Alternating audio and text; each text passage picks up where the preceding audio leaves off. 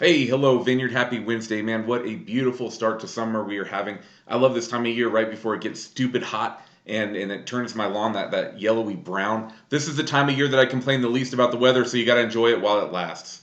Now, while we are in the summer swing of the vineyard, some things are ramping up, some things are ramping down. I want to start today with a couple of atta kids. We've got three folks that have stepped into service that need to be thanked and acknowledged. These three have stepped into leading some ministries and loving our kids really well.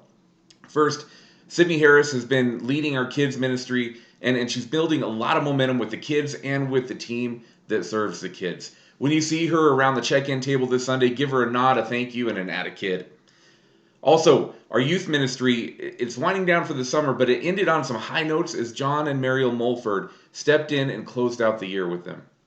John and Mariel did a phenomenal job, and our youth ministry was well served by their dedication, love, and sacrificial service. Now, youth is going to slow down for the summertime, but the Mulfords got them to the finish line, and our students had a great time with them. They truly closed out the year well, and the kids know that they're loved. So, John and Mariel, atta kid, well done, and thank you. A couple of updates before we get to our devotional. First, summer small groups are off and running. There are a few of them that still there's time left to sign up. So if you haven't yet, you can head over to the website and check those out and still get signed up before their first meeting. Now, also with summertime, for many of us, this means vacation, the chance to take a break. All of this is a vital part of the calendar, a time to rest and recreate. And another way to think of that word is to recreate, to have time to recreate relationships, recreate rhythms and patterns, all as a product of rest and restoration.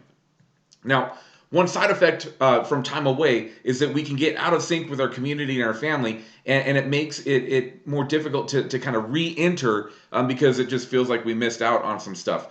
So to minimize that while we are recreating well, we have a few things to keep us connected throughout the summertime as we see kind of folks take breaks and vacations and all of that. So first, we've got the sermon series planned out for the summer, and that plan will be posted so you can track where we are and follow along. And all the sermons will be posted on the website each Monday afternoon. Next, there's two buttons on the homepage, and that'll probably be linked here in the video. But the two buttons on the homepage, they're going to take you to other connection points for the summertime. One is a place where you can tell Jenna about the trip that you're taking, and she's going to tailor a plan of scripture reading, spiritual practices, and prayers that are going to help you recreate on your trip. The other button will lead you to a place where you can send us a picture of where you are and what you're doing so we can show a slideshow before service every Sunday, just having it rolling as everybody's kind of coming in so we can see where the vineyard travels this summer.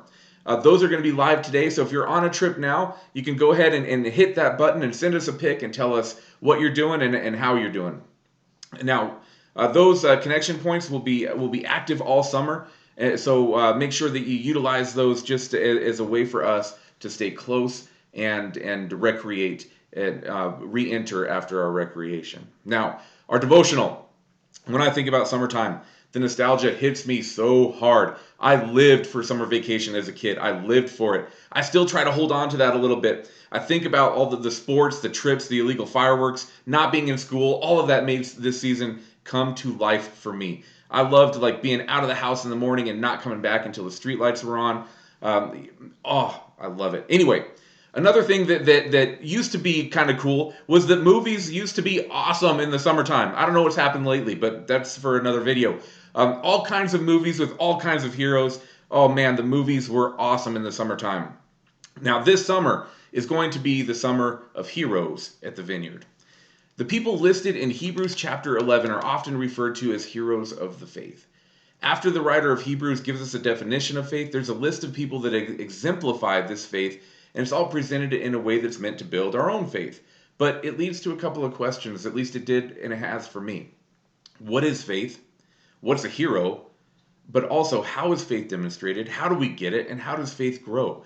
We're going to work that out together this summer as we let Hebrews 11 take us through the entirety of Scripture and define heroic faith. Hebrews 11, though, it's not meant to be stand alone, so we're going to use it as a vehicle to journey through all of Scripture as we enjoy summer together. So as a starting place, before this Sunday morning, take a read of Hebrews chapter 10, especially Hebrews chapter 10, verses 32 through 39. Pray over this passage and prepare for our summer of heroes. So, Vineyard Heroes, please pray for me and know that I am praying for you, and I will see you on Sunday.